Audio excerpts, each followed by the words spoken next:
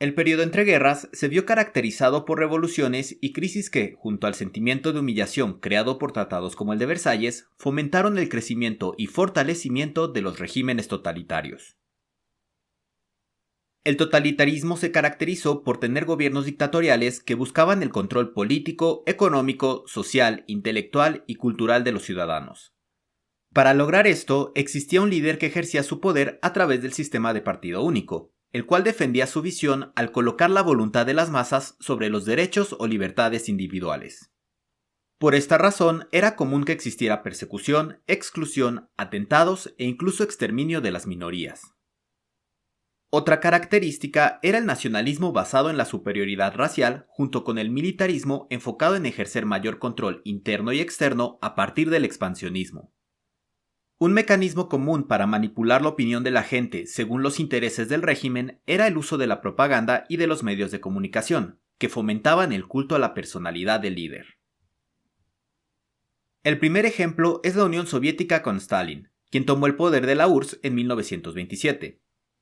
Para 1928 se llevó a cabo el primer plan quinquenal, que tenía como objetivo pasar de una economía agraria a una industrial.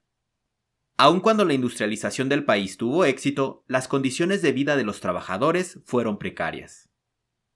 En el campo se adoptó la colectivización que acabó con la propiedad privada de las tierras para pasar a manos del gobierno. Ya con control estatal, los campesinos eran obligados a trabajar, lo que generó oposición por parte de los grupos denominados de forma despectiva como kulaks. Uno de los efectos fue el acaparamiento de alimentos que provocó hambruna a lo largo de la Unión Soviética con la muerte de millones entre 1932 y 1933. Stalin hizo uso de la propaganda para justificar la difícil situación como un paso para construir un Estado socialista y para culpar a los kulaks de los problemas de la Unión Soviética. Con el fin de acabar con quienes consideraba un peligro para su gobierno, como opositores e incluso antiguos bolcheviques o altos rangos militares, Stalin llevó a cabo purgas en las que los arrestaba y enviaba a campos de trabajos forzados para luego ser ejecutados, lo que supuso un exterminio masivo. En Italia, Benito Mussolini representaba el fascismo, la filosofía política que enfatizaba la creación de un Estado fuerte, nacionalista y dictatorial.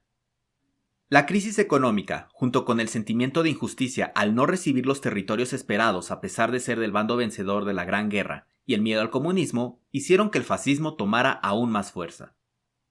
El apoyo del grupo de los camisas negras presionó para que el rey Víctor Manuel III nombrara a Mussolini primer ministro en 1922.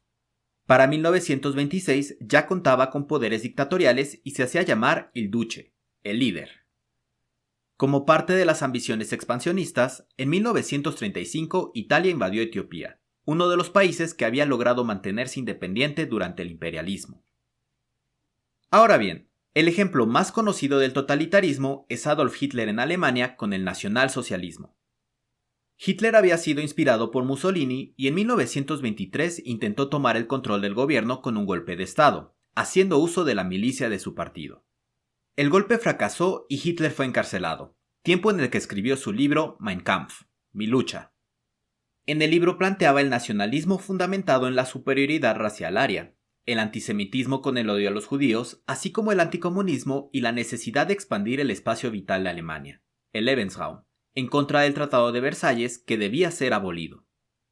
Tras ser liberado, Hitler expandió la influencia del partido y debido a los efectos de la Gran Depresión que había llegado desde los Estados Unidos, la promesa de recobrar la gloria nacional hizo que en 1933 se convirtiera en canciller.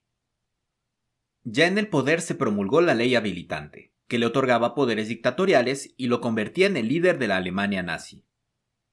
El partido nazi tomó el poder de las instituciones del gobierno, incluido el ejército, e intensificó el control mediante el terror y la depuración con la persecución y asesinato de judíos, comunistas, grupos considerados como inferiores y opositores.